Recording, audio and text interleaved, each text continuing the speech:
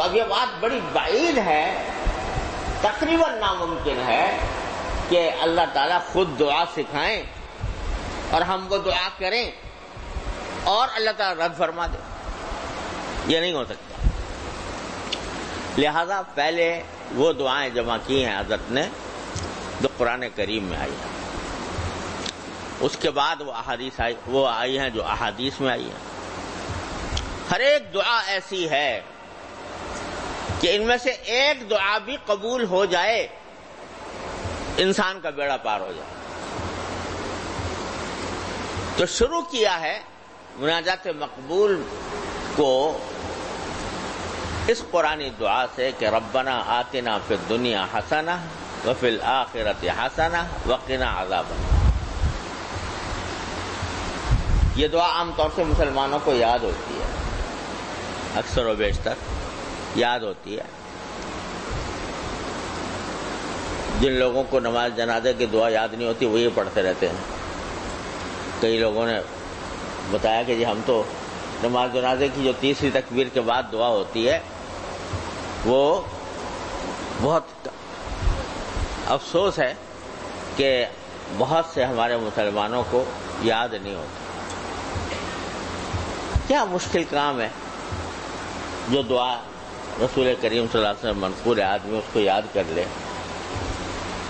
تو اب کیا ہوتا ہے کہ اتنے بڑا مجمع ہوتا ہے نماز جنازہ کا، لیکن اس میں وہ لوگ جو صحیح دعا کرتے ہوں جنازے سے مناسب میرے خیال میں معدود چند ہی ہوتے ہیں. جو مدرسے سے تعلق ہے جس کا، مکتب سے کوئی تعلق ہے جس کا، وہ تو جانتا ہے. لیکن یہ ماشاءاللہ اعلیٰ تعلیم یافتہ حضرات جو کالجوں اسکولوں میں پڑھے، تو مجھے نہیں اندازہ، مجھے نہیں خیال کہ ان کو یہ دعائیں یاد ہوتی ہوں. تو لہذا مجھ سے کئی لوگوں نے پوچھا جی ہمیں وہ دعا تو یاد نہیں ہے، وہ ربنا آتنا پڑھ لیتے ہیں تیسری رکعت میں، تیسری تکبیر کے بعد. چلو میں نے کہا پڑھ لو، یہی پڑھ لو، لیکن کوشش تو کرو، سیکھنے کی کوشش تو کرو. ایک مسلمان کو اگر نماز جنازہ نہ آئے تو کتنی بڑی یعنی سبکی کی بات ہے. عرب ممالک میں نے دیکھا کہ نماز جنازہ ہوتی ہے حرم میں تقریباً ہر نماز کے بعد. تو جو عرب لوگ وہاں کے باشندے ہیں وہ خوب دعائیں پڑھتے ہیں اور جنازے سے ہی دعائیں پڑھتے ہیں جو منقول ہے نبی کریم صلی اللہ علیہ وسلم. ایک نہیں، دو تین ہیں، تین چار ہیں. لیکن بہرحال یہ دعا اتنی مشہور ہے کہ ہر بندے کو تقریباً آتی ہے، ربنا آتنا فی الدنیا حسنہ. اور حدیث میں آتا ہے کہ نبی کریم سرورد عالم صلی اللہ علیہ وسلم کی اکثر دعا یہ ہوتی تھی، اکثر و بیشتر جو دعائیں مانگتے، جو دعا مانگتے تھے وہ یہ مانگتے تھے ربنا آتنا فی الدنیا حسنۃ وفی الآخرۃ حسنۃ وقنا عذاب النار. اور یہ دعا درحقیقت قرآن ہی کی سکھائی ہوئی ہے. سورہ بقرہ میں اللہ تبارک و تعالی نے فرمایا کہ جب حاجی لوگ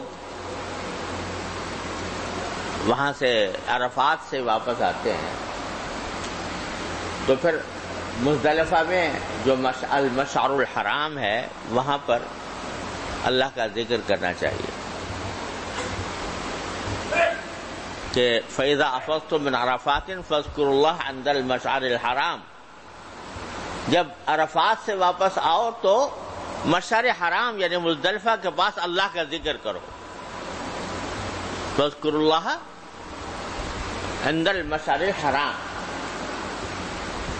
اور كَذِكْرِكُمْ آبَاءَكُمْ أَوْ أَشَدَّ ذِكْرًا وَاذْكُرُوا اللَّهَ كَمَا هَدَاكُمْ.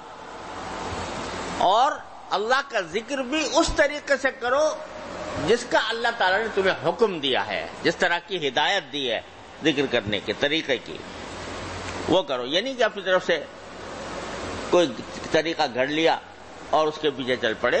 وَاذْكُرُوا اللَّهَ كَمَا هَدَاكُمْ. پھر فرمایا کہ فَمِنْهُم مَّن يَقُولُ رَبَّنَا آتِنَا فِي الدُّنْيَا وَمَا لَهُ فِي الْآخِرَةِ مِنْ خَلَاقٍ. کچھ لوگ وہ ہیں جو وہاں اس مقام مقدس پر پہنچنے کے بعد بھی بس دنیا ہی کی چیز مانگتے رہتے ہیں. مجھے اولاد دے دے، مجھے نوکری دے دے، مجھے رزق دے دے، مجھے صحت دے دے، جتنی دنیا کی ضرورت ہے وہ مانگتے رہتے ہیں. وَمِنْهُم مَّن يَقُولُ آتِنَا فِي الدُّنْيَا وَمَا لَهُ فِي الْآخِرَةِ مِنْ خَلَاقٍ. آخرت میں اس کا کوئی حصہ نہیں ہوتا، وہی مانگتا رہتا ہے. جاہلیت کے اندر، زمانے جاہلیت میں جو لوگ حج کیا کرتے تھے، حج تو وہ بھی کرتے تھے، لیکن وہاں جا کر ایک تو جب پہنچتے مزدلفہ تو اپنے آباء و اجداد کے مناقب اور فضائل بیان کرنے شروع کر دیتے تھے. ہمارے باپ نے یہ کیا، فلاں جنگ لڑی، فلاں جنگ کے اندر اس کو فتح نصیب ہوئی، وغیرہ وغیرہ. ایک تو یہ کام کرتے تھے. تو قرآن کہتا ہے کہ وہاں جب اللہ تعالیٰ کا ذکر کرو کذکرکم آباءکم، جیسے تم اپنے ماں باپ دادوں کا ذکر کیا کرتے تھے، او اشد ذکرا، یا اس سے بھی زیادہ اہتمام کے ساتھ اللہ تعالیٰ کا ذکر کرو. اور ذکر بھی کس طرح کرو؟ اذکروا اللہ کما ہداکم، جو اللہ نے طریقہ بتایا اس کے مطابق ذکر کرو.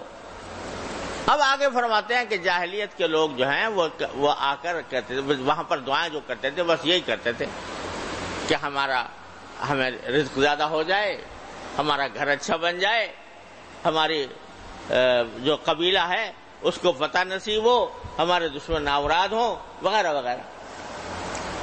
تو ربنا آتنا فی الدنیا وما لہ فی الآخرۃ من خلاق، آخرت میں اس کا کوئی حصہ نہیں ہوتا. وَمِنْهُم مَّن يَقُولُ رَبَّنَا آتِنَا فِي الدُّنْيَا حَسَنَةً وَفِي الْآخِرَةِ حَسَنَةً وَقِنَا عَذَابَ النَّارِ. اور کچھ اللہ کے بندے ایسے ہوتے ہیں جو یہ کہتے ہیں کہ اے پروردگار ہمیں دنیا میں بھی اچھائی عطا فرمائیے اور آخرت میں بھی اچھائی